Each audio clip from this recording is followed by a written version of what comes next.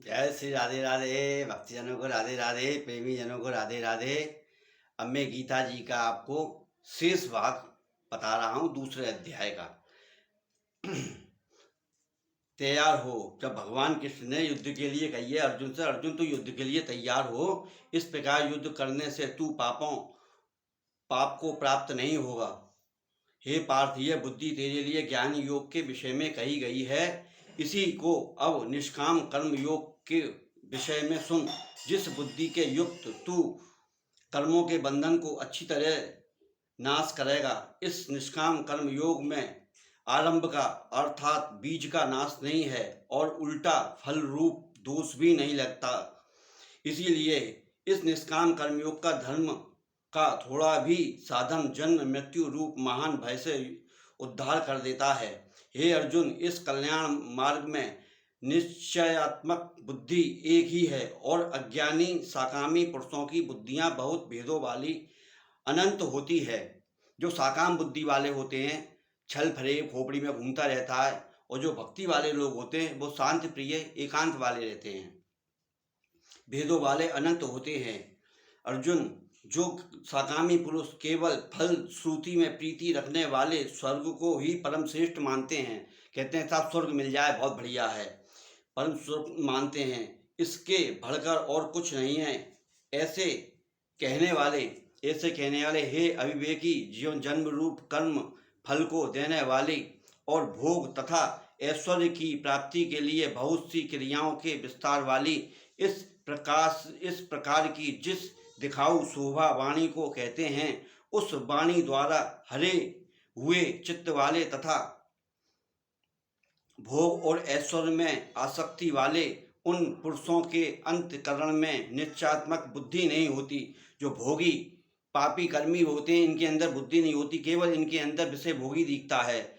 उन पुरुषों के अंतःकरण में निश्चयात्मक बुद्धि नहीं होती है। हे अर्जुन, सब भेद तीनों गुणों के कार्य रूप संसार को विषय करने वाले अर्थात प्रकाश करने वाले, इसलिए तू सांसारिक अर्थात निष्कामी और सुख दुख आदि द्वंद्वों से रहित नित्य वस्तु में स्थित तथा योग क्षोम को ना चाहने वाले और आत्मपरायण हो, क्योंकि मनुष्य का सब ओर से परिपूर्ण जलाशय है। मनुष्य परिपूर्ण जलाशय है। जलाशय के प्राप्त होने पर छोटे छोटे जलाशय जिन प्रयोजन रहता है, अच्छी प्रकार ब्रह्मा को जानने वाले ब्रह्मा का भी सब वेदों में उतना ही प्रयोजन रहता है। अर्थात जैसे बड़े बड़े जलाशय जब भरते हैं, जब छोटे छोटे जलाशयों की कोई ज़रूरत नहीं होती है, ऐसे ही जब आपको ब्रह्म ज्ञान मिल जाएगा तो आपको वेदों की ग्रंथों की पूजा करने की कोई आवश्यकता नहीं है। जब आपको ब्रह्म ज्ञान मिल जाता है, जब आप स्वयं परमानंद हो जाते हैं,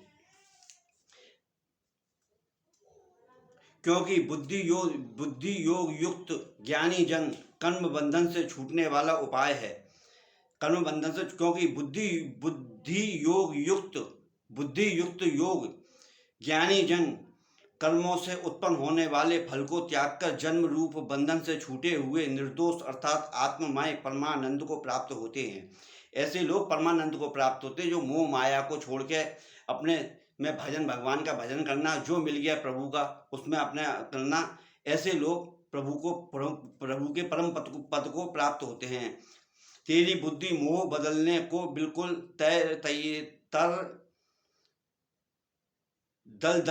तेरी बुद्धि मोह रूप दलदल को बिल्कुल तर जाएगी जब तू सुनने योग्य सुने हुए वैराग्य को प्राप्त होगा। जब तेरी अनेक प्रकार के सिद्धांतों सुनने से विचलित हुई बुद्धि परमात्मा के स्वरूप में अचल और स्थिर ठहर जाएगी, तब तू समत्व रूप योग को प्राप्त होगा। इस प्रकार भगवान के वचनों को सुनकर अर्जुन ने पूछा, हे केशव, अर्जुन ने जो भी इसमें पूछा है, जैसा कि आपके आगे अगर भगवान आके खड़ा हो जाए, जो आप पूछोगे भगवान से वही चीजें अर्जुन ने भगवान से पूछी हैं और भगवान ने उसके उत्तर दिए हैं।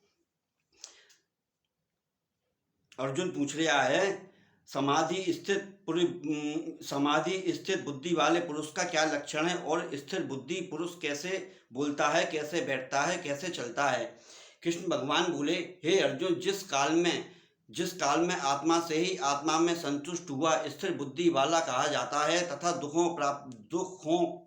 दुखों की प्राप्ति में उद्वेग नहीं होता और मन जिसका और सुखों की प्राप्ति दूर हो गई है, स्पृहा इसकी तथा नष्ट हो गई है, राग भय और क्रोध जिसके, ऐसा मुनि स्थिर बुद्धि कहा जाता है। जिसके मन के अंदर से क्रोध, लोभ, मोह, पाप सब हट जाता है, ऐसा पुरुष स्थिर बुद्धि वाला कहलाया जाता है। जैसे कछुआ अपने अंगों को सुकड़ लेता है, ऐसे ही वो अपनी इंद्रियों को सुकड़ लेता है, अपनी इंद्रियों के ऊपर काबू पा जाता है, तो वो भगवान के समीप जाने को तैयार हो जाता है भक्ति योग द्वारा। हे अर्जुन, मन सहित इंद्रियों को वश में करके मेरे परायण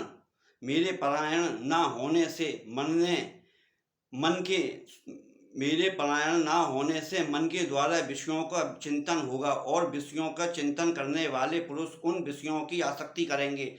अब आप बैठे हुए गंदा गंदा सोचोगे, किसी के विषय में सोचोगे, फिर उसकी आसक्ति करोगे, फिर उसके विषय में सोचोगे ये मुझको मिले। जब आपको वो चीज़ नहीं मिलेगी तो आपको क्रोध, जे आपको पैदा होगा। अविवेक, स्मरण शक्ति भ्रमित हो जाती है और स्मृति के भ्रमित हो जाने से बुद्धि अर्थात ज्ञान शक्ति नाश हो जाती है।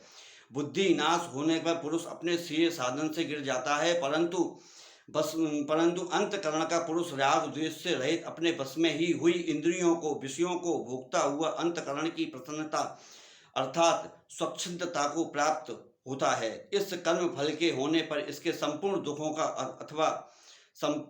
दुखों का अभाव हो जाता है। हे अर्जुन, साधन रहित पुरुषों के अंतकरण में श्रेष्ठ बुद्धि नहीं होती है।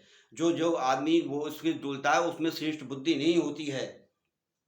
फिर शांति रहित पुरुष को सुख कैसे हो सकता है? जिसके अंदर शांति नहीं है उसको सुख कैसे मिल सकता है? इंद्रियों के बीच में जिस इंद्री के साथ मन रहता है वह एक ही इंद्री इस अयुक्त पुरुष की बुद्धि को हरण कर लेती है। इससे हे मानव, जिस पुरुष की इंद्रियां सब प्रकार से इंद्रियों को विषयों के बस में संपूर्ण भूत प्राणियों के लिए रात्रि है, नित्य शुद्ध बोध स्वरूप परमात्मा नंद में भगवान को प्राप्त हुआ योगी पुरुष जानता है।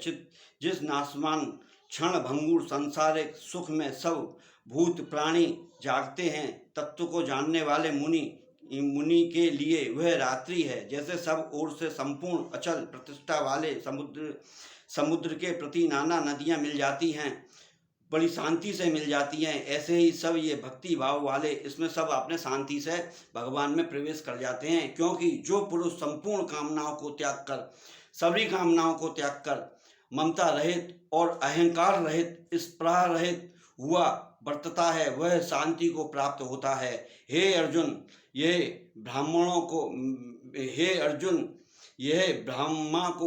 को प्राप्त हुए पुरुष की स्थिति है। इसको प्राप्त होकर योगी कभी मोहित नहीं होता है और अंत काल में ही इस स्थिति में स्थिर होकर ब्रह्मानंद को प्राप्त होता है। जय श्री कृष्ण, राधे राधे। आज के आनंद की जय। मेरा ये दूसरा अध्याय संपूर्ण हुआ।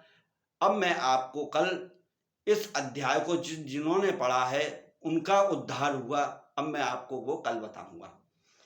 लाइक करना, सब्सक्राइब करना, अपना प्यार देना। जय श्री कृष्ण, राधे राधे। भक्तजनों को राधे राधे।